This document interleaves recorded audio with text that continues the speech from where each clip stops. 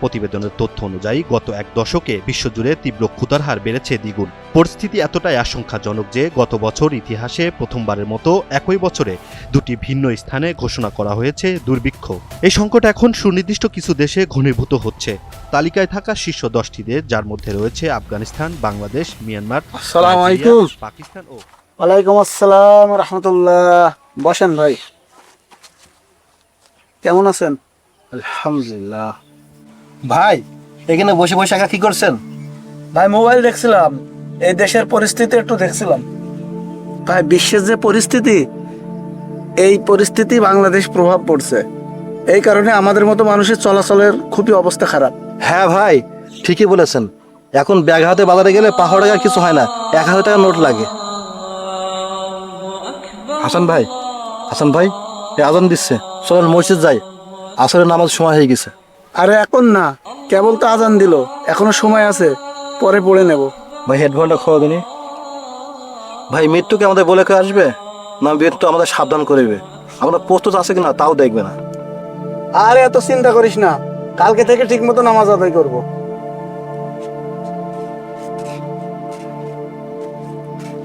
আসসালামু আলাইকুম। ওয়ালাইকুম আসসালাম। কেমন আছেন আপনারা? ভালো আছি, আপনি ভালো আছেন? আলহামদুলিল্লাহ। বসেন ভাই।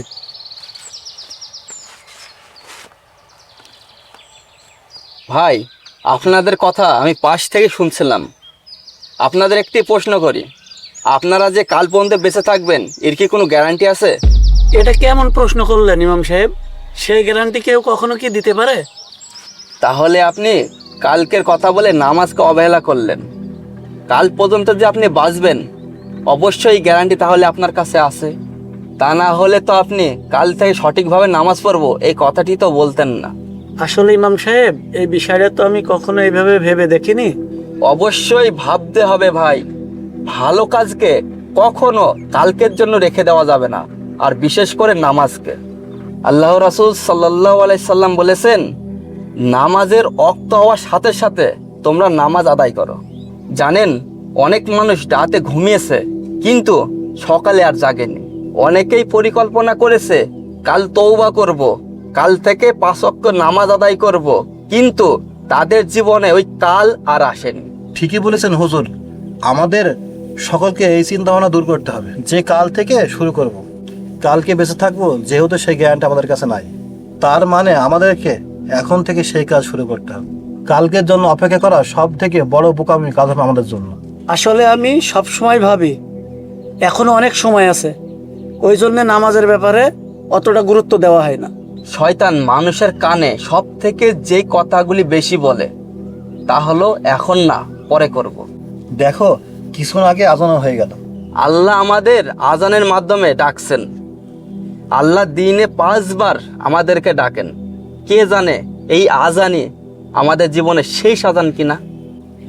হুজুর, আমি ভুল করেছি, আমি আর কখনো নামাজকে অবহেলা করব না।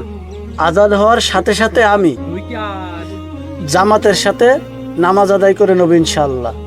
আলহামদুলিল্লাহ। জেনে রাখেন, যে আজ তওবা করলো সেই সফল। যে কাল পর্যন্ত অপেক্ষা করে সে হয়তোবা সুযোগ হারিয়ে ফেলতেও পারে।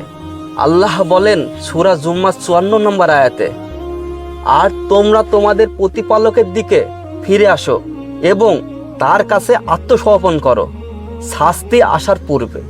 জাবির রাদিয়াল্লাহু আনহু হতে বর্ণিত, তিনি বলেন, আমি নবী সাল্লাল্লাহু আলাইহি সাল্লামকে বলতে শুনেছি, বান্দা এবং শিরক ও কুফুরের মধ্যে পার্থক্য হচ্ছে সালাত ছেড়ে দেওয়া। আমাদের ছিল এক মহাবীর, নাম যে ছিল তার তিতুমির। শত বাধা জুলুমের পরে সে হয়নি কখনো কভু নতশির।